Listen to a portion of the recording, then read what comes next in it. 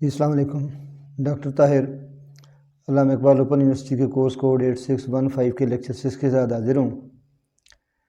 Lecture start کرنے سے پہلے وہی ریکویسٹ کہ چینل کو سبسکرائب کر لیں.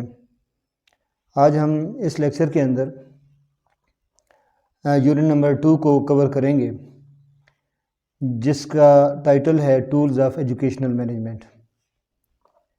اس یونٹ کے اندر ہم جو چیزیں کور کرنے جا رہے ہیں ان میں سب سے پہلے ہے significance of management in education. Number 2 Gantt chart and C P M یعنی کریٹیکل پاتھ میتھڈ. اس کے بعد تیسرے نمبر پر program evaluation and review technique, اور لاسٹ میں ہم پڑھیں گے PPBS یعنی پلاننگ پروگرامنگ بجٹنگ سسٹم. تو ہم سٹارٹ لیتے ہیں. جو پہلا ہمارا ٹاپک تھا کہ significance of management in education, اس میں سب سے پہلا کویشچن ہے کہ what is educational management. Educational management ایک just like management of business organisation but the scenario is the different, کیونکہ ہم نے ایجوکیشنل انوائرمنٹ کو ٹیکل کرنا ہے.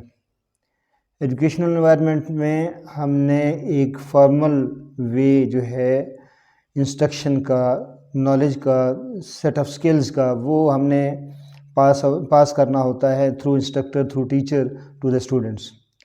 تو اس انوائرمنٹ کو اوور آل دیکھنا، اس کو مینیج کرنا ہمارا ایجوکیشنل مینجمنٹ کہلاتا ہے. اس میں جو ایجوکیشنل مینیجر ہوتا ہے اس کو یعنی عام طور پر اس کو ٹیچنگ اسائنمنٹ نہیں ملتی، وہ باقی ایڈمنسٹریٹو ورک پرفارم کر رہا ہوتا ہے. اب باقی جو ایڈمنسٹریٹو ورک ہیں اس کے ذمہ سب سے پہلے آپ لے لیں کہ اسٹاف کی سیلریز ہے، انہیں مینیج کرنا ہے. پرائیویٹ اداروں کی بات کروں گا تو اس سلسلے میں وہ آئے گی. گورنمنٹ کے تو سیلریز چلتی رہتی ہیں لیکن ان کی ڈاکومنٹیشن تو مینیجر نے کرنی ہوتی ہے. اس کے بعد ہے کہ maintenance of buildings, equipment, furniture. اب تمام ادارے کی بلڈنگ کو مینٹین کرنا، اس میں اضافہ کرنا، جو آلریڈی ہے اسے ریپیئر کرنا، فرنیچر میں اضافہ کرنا، فرنیچر کی ریپیئر کروانا، اور باقی جتنی فیسلٹیز ہیں، بیسک فیسلٹیز ہے، پانی ہے، واش رومز وغیرہ ہے، وہ ساری ضروریات پوری کرنا جو ہے وہ مینیجر کا کام ہے.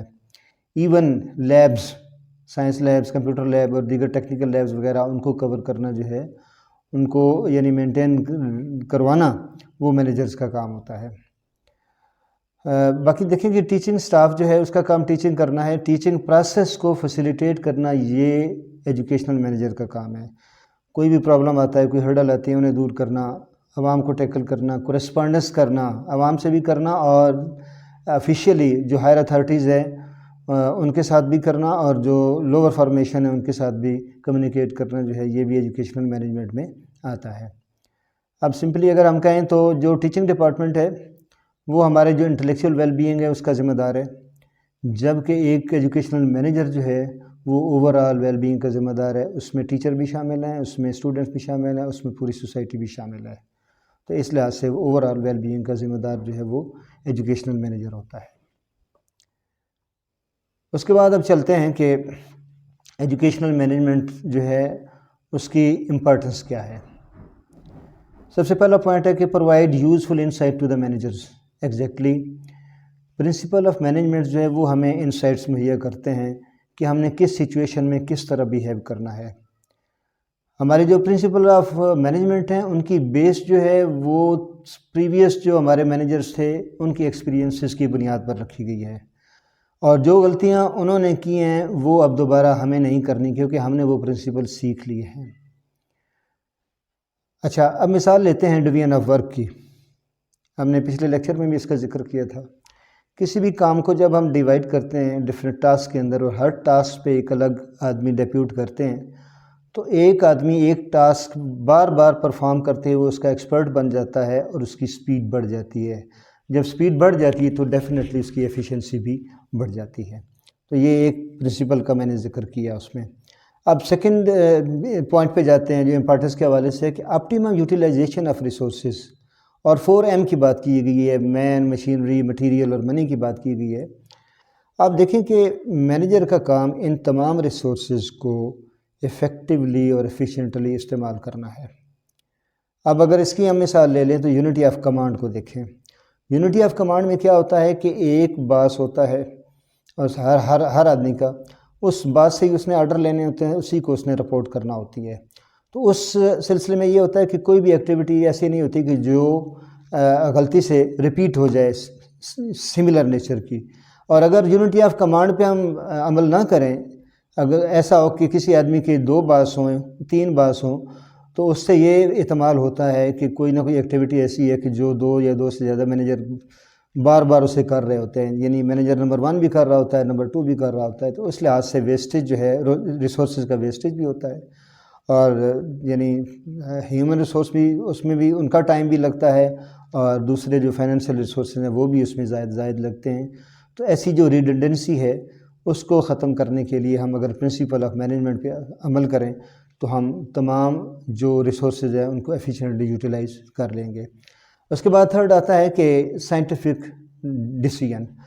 عام طور پر یہ ہوتا تھا کہ جو ڈیسیژن ہوتے تھے، جو پرانے مینیجر تھے وہ ہوتے تھے ٹرائل اینڈ ایرر میتھڈس کے، یعنی ڈیسیژن لیتے تھے، اگر کوئی غلطی ہو جاتی تھی تو پھر اسے درست کر لیتے تھے، تو وہ یعنی ہٹ اینڈ ٹرائل کہہ لیں یا ٹرائل اینڈ ایرر کہہ لیں، اس میں اس لحاظ سے وہ سیکھتے تھے۔ لیکن اب ڈیسیژن میکنگ کا پراپر انہوں نے ہمیں پرنسپل بتا دیے ہیں، یعنی کہ rational decision making, scientific decision making کیسے کرنی ہے، اور اس پروسیس کے ذریعے جو ڈیسیژن ہوتے ہیں وہ میجورٹی آف جو ڈیسیژن ہیں ان کے کانسیکوینسز اچھے ہوتے ہیں، ہم ٹارگٹ اپنا اچیو کرتے ہیں۔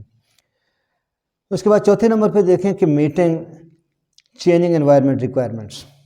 اب وہ ایسے ہیں کہ ایز اے مینیجر ہم نے ایک رول پڑھا تھا مانیٹر کا، تو مانیٹر کا رول ہوتا ہے انوائرمنٹ پہ نظر رکھنا، انفارمیشن کلیکٹ کرنا۔ اب جب انوائرمنٹ سے انفارمیشن کلیکٹ کی جاتی ہے تو انوائرمنٹ سے اس نے یہ بھی دیکھنا ہوتا ہے کہ وہاں پہ تھریٹس کون سے ہیں آپ کی آرگنائزیشن کے لیے، وہاں پہ اپرچونیٹیز کون سی ہیں، اپرچونیٹیز کو آئیڈینٹیفائی کر کے ان سے فائدہ اٹھانا، اور تھریٹس کو بھی بھانپ کر ان کا سدباب کرنا، یہ بھی مینیجر کا کام ہوتا ہے۔ اس لحاظ سے وہ آپ کو انوائرمنٹ سے یعنی میچ کر کے رکھتا ہے۔ اس کے بعد ہے فلفلنگ سوشل ریسپانسبلٹیز۔ اب اس میں دیکھیں کہ کوئی بھی مینوفیکچرنگ فرم ہے وہ پروڈکشن بناتی ہے، یعنی پروڈکٹ بناتی ہے، تو وہ پروڈکٹ کوالٹی کی اچھی ہوگی اور پرائس اس کی مناسب ہوگی تو وہ بھی ایک یوں سمجھ لیں کہ سوشل ریسپانسبلٹی ہے۔ اگر ہم ایجوکیشنل سینیریو کی بات کریں تو جو ایجوکیشنل پروجیکٹس کی جو آؤٹ پٹ ہے وہ ہماری یعنی تعلیم کا جو آؤٹ پٹ ہے وہ ہمارے اسٹوڈنٹس ہیں جو ہم یعنی پروڈیوس کر رہے ہوتے ہیں، تو ان کا جو لیول آف ایجوکیشن ہے، ان کی جو کوالٹی آف ایجوکیشن ہے، اگر وہ اچھی ہوگی اور مناسب داموں میں ان کو پرووائڈ کی جائے گی تو وہاں ہم یہ کہہ سکتے ہیں کہ ہم نے سوشل ریسپانسبلٹی اس کو فلفل کر دیا ہے۔ اس کے بعد دیکھیں کہ management training, education and research کی بات کرتے ہیں، تو پراپر جو آرگنائزیشن ہے ان میں ہیومن ریسورس ڈیولپمنٹ کے پروجیکٹ کے ڈپارٹمنٹ بنے ہوتے ہیں، HRD، تو وہاں پہ ان کو ٹریننگ دی جاتی ہے اور یہ آن گوئنگ ایک پروسیس ہوتا ہے۔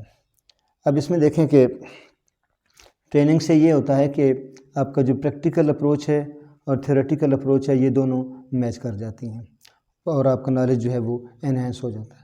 پھر ہم یہ بھی اس بات کو بھی آبزرو کرتے ہیں، بلکہ ریسرچ اس پہ کرتے ہیں کہ ہم نے امپلائیز کا بیہیویئر کو کیسے بدلنا ہے، ان کو موٹیویٹ کیسے کرنا ہے، ان کی جو ٹریننگ نیڈز ہیں وہ کیسے آئیڈینٹیفائی کرنی ہے، اور ان ٹریننگ نیڈز کو یعنی فلفل کرنے کے لیے ٹریننگ پروگرام کیسے ہم نے سیٹ کرنے ہیں۔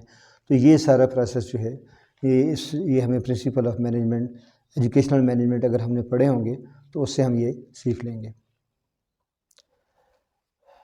اوکے، اب چلتے ہیں کہ اس ہم یونٹ میں جو ٹولز پڑھنے جا رہے ہیں ان ٹولز پڑھنے کے بعد، ان کو سیکھنے کے بعد ہمارا کیا فائدہ ہوگا۔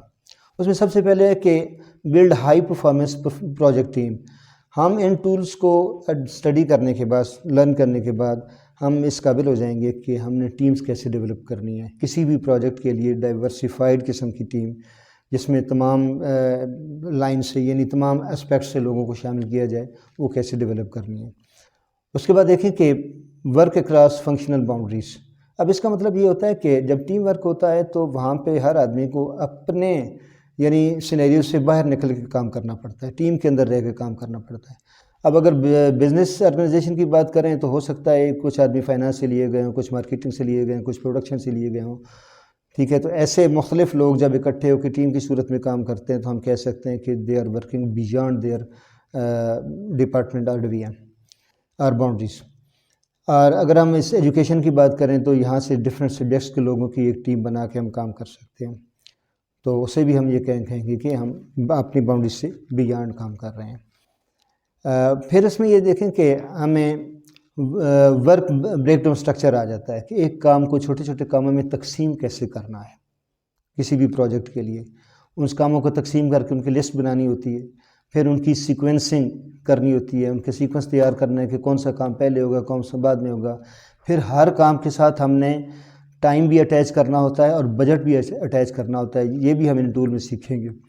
ان بجٹ کو اٹیچ کرنے کے بعد جب کام باقاعدہ شروع ہوتا ہے تو پھر ہم نے مانیٹر کرنا ہوتا ہے کہ کیا ہماری شیڈولنگ کے مطابق کام چل رہا ہے یا نہیں چل رہا، اور اگر نہیں چل رہا تو اس کو ریکٹیفائی ہم نے کیسے کرنا ہے. تو یہ ساری باتیں ہمیں یہ تمام ٹولز جو ہیں وہ ہمیں سکھائیں گے. تو آج کے لیکچر کا اختتام کرتے ہیں. انشاءاللہ نیکسٹ لیکچر میں ملاقات ہوگی. اللہ حافظ.